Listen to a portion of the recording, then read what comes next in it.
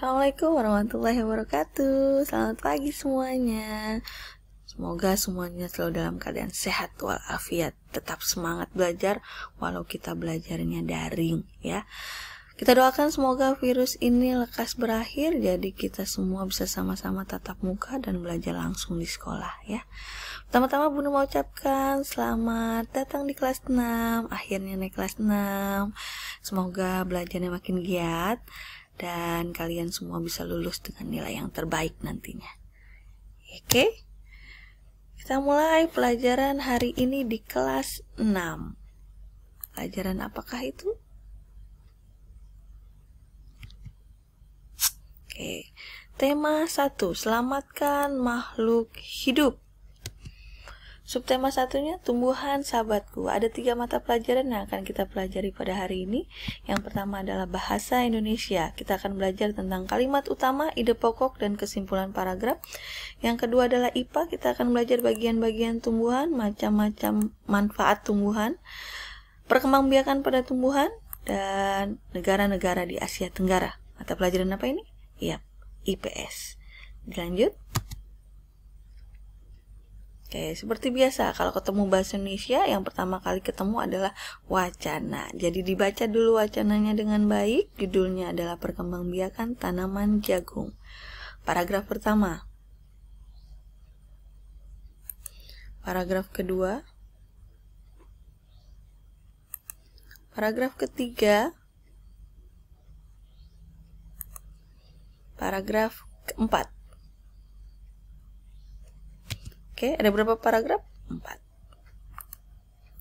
Yang kita akan pelajari kalimat utama, ide pokok, dan kalimat penjelas. Ini sudah belajar di kelas 4 dan kelas 5. Bu Nurma akan sedikit mengulang. Kalimat utama, kalimat yang memuat ide pokok dalam satu paragraf. Letaknya bisa di awal, di akhir, atau di awal dan di akhir paragraf.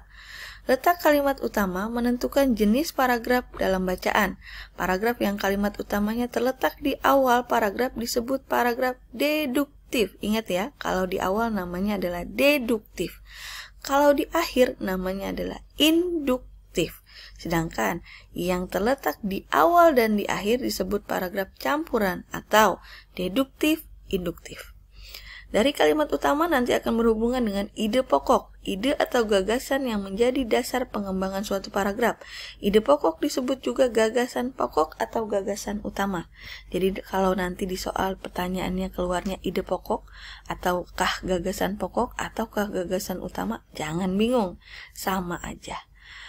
Kalimat penjelas, kalimat yang menjelaskan kalimat utama. Satu kalimat utama terdiri dari beberapa kalimat penjelas. Jadi biasanya dalam satu paragraf ada satu kalimat utama dan sisanya adalah disebutnya kalimat penjelas. Yuk kita ke contoh. Ini Bu Nurma ambil dari paragraf pertama wacana yang tadi kalian baca. Oke, ada 4 kalimat di sini. 1, 2, 3, 4. Kalimat utamanya. Jagung merupakan jenis tanaman pangan yang mendapatkan perhatian khusus selain gandum dan padi. Nah, dia ada di awal paragraf. Disebutnya apa tadi? Iya, deduktif. Kalimat utama diambil dari inti dari paragraf tersebut. Kalimat, berarti ditulis kalimatnya dari awal sampai tanda titik ya. Ide pokok. Nah, ide pokok diambil dari kalimat utamanya. Kalau tadi kalimat utama diambil dari inti dari paragraf, ide pokok diambil dari kalimat utamanya. Jadi tentukan dulu kalimat utamanya, kalian akan dapatkan ide pokoknya. Jagung dapat dijadikan tanaman pangan utama selain gandum dan padi. Nah, Bu Nurma dapat ide pokoknya ini diambil dari kalimat utamanya. Kalimat penjelasnya, karena tadi ada 4 kalimat dalam satu paragraf, sudah diambil 1 sebagai kalimat utama, maka sisanya 3 itu adalah kalimat penjelas. Ya, ditulis lagi kalimatnya ya, nak. Lanjut, kesimpulan paragraf. Merupakan inti sari dari sebuah paragraf. Kesimpulan diperoleh berdasarkan ide pokok pada masing-masing paragraf.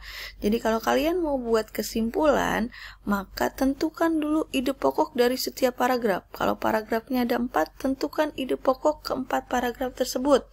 Kalau sudah dapat, baru bisa dijadikan kesimpulan. Nah, ini Bu Nurma ambil kesimpulan dari wacana tadi, Bu Nurma ambil dari ide pokok pada masing-masing paragraf, dan Bu Nurma jadikan sebuah kesimpulan.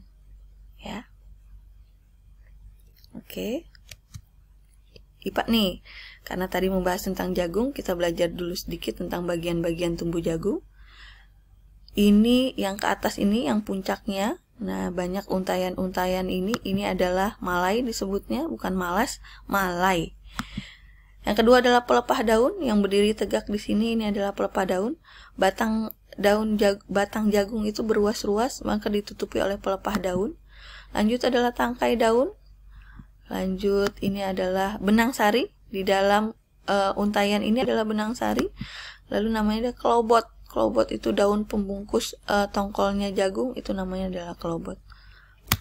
Secara umum, bagian tubuh tumbuhan. Nah, dari kelas 2 sudah belajar ya. Mulai dari yang paling bawah adalah akar. Akar itu berarti menyerap air dan mineral dari dalam tanah, lalu disalurkanlah ke batang. Batang ini berarti yang menyalurkan air dan mineral dari akar menuju ke seluruh bagian tumbuhan. Lalu ada daun, tempat terjadinya fotosintesis, nah nantinya menghasilkan oksigen yang kita hirup. Lalu ada bunga. Bunga ini adalah alat perkembangbiakan generatif pada tumbuhan nantinya. Lalu ada buah. Nah, buah ini nanti fungsinya adalah melindungi biji. Nah, biji itu apa? Hasil perkembangbiakan, hasil pembuahan ini adalah biji. Hanya secara singkat dijelaskan akar, ini adalah 5 jenis akar. Ada akar tunggang, lihat perbedaannya dengan akar serabut. Akar tunggang ada satu akar yang berdiri, ya ada satu akar yang tegak, lalu baru di sampingnya ada serabut-serabutnya. Bedakan dengan akar serabut yang seluruhnya akarnya berbentuk serabut. Akar tunggang biasanya dimiliki oleh daun pohon mangga, pohon jambu. Nah, ini akar tunggang.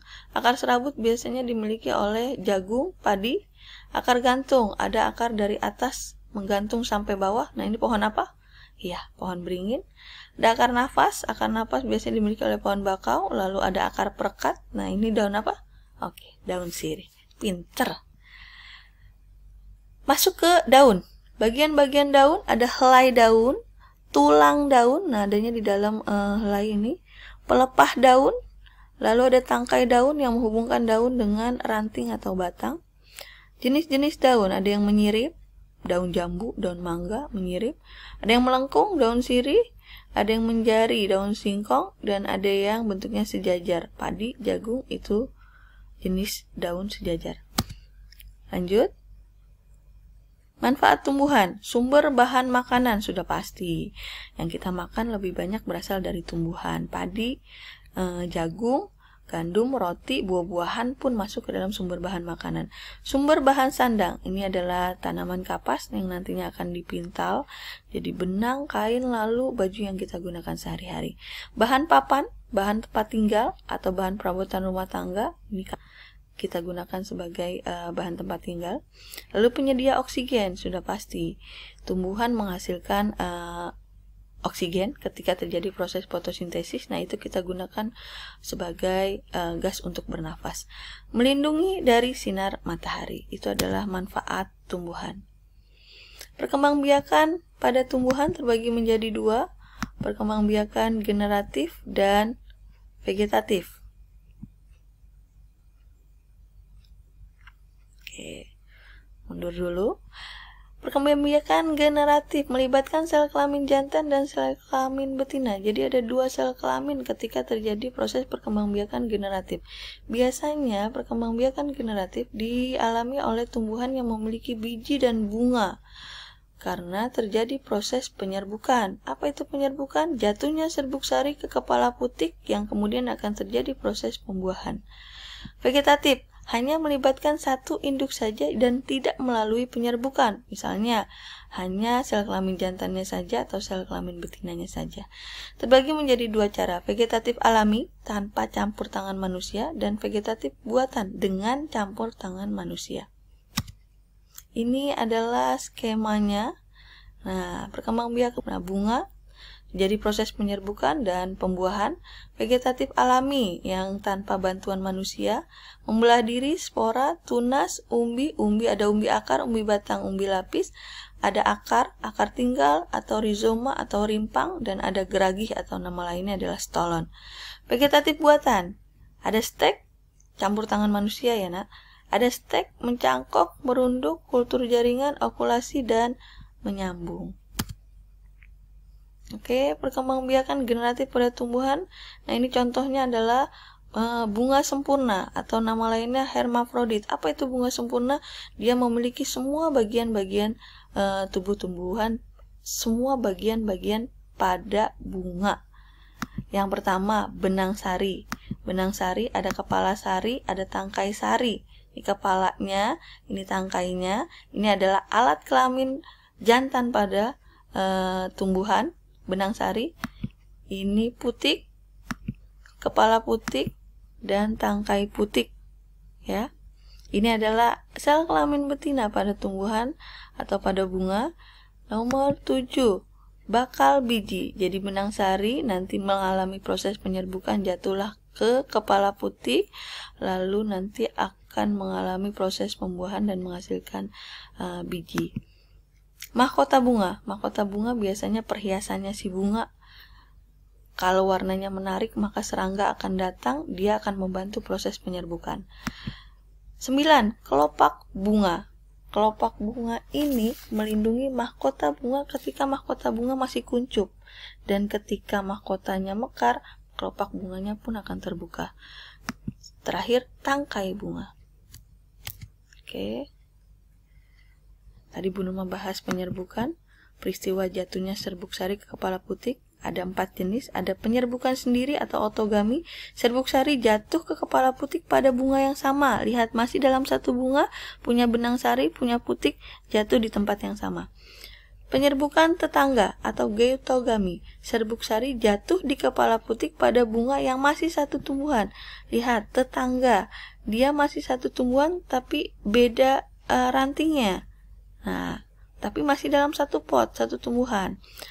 Penyerbukan silang atau alogami. Serbuk sari jatuh di kepala putik pada bunga lain yang sejenis, tetapi berbeda tumbuhan, berbeda tempatnya, berbeda potnya, tapi masih sama jenisnya bunganya. Penyerbukan bastar atau hibridisasi. Serbuk sari jatuh di kepala putik pada bunga yang berasal dari tumbuhan lain, tapi berbeda varietasnya. Lihat, dia berbeda, sama jenisnya tapi berbeda varietasnya. Contoh, sama-sama cabai tapi misalnya yang satu cabai merah, yang satu cabai rawit. Nah, itu berbeda varietas. Jenisnya sama-sama cabai. Nah, ini masuknya ke penyerbukan bastar. Nah, ketika terjadi proses penyerbukan ada perantaranya. Ada dengan bantuan angin atau anemogami. Ciri-cirinya serbuk sarinya banyak, kecil, ringan, bentuk kepala sari besar, tangkai sari panjang, mahkota kecil atau tidak mempunyai mahkota, maka penyerbukannya harus dibantu dengan angin. Ada dengan hewan, zoidiogami. Nah, ini ciri-cirinya. Mahkotanya besar dan berwarna mencolok. Yang tadi Bu Nurma bilang hewan akan tertarik. Bunga mengeluarkan bau yang khas, bunga menghasilkan nektar atau madu. Penyerbukan yang dibantu serangga disebut entomogami, yang bantuan burung ornitogami, yang dibantuan kelelawar chiropterogami. Contohnya adalah jeruk, belimbing, kapuk randu.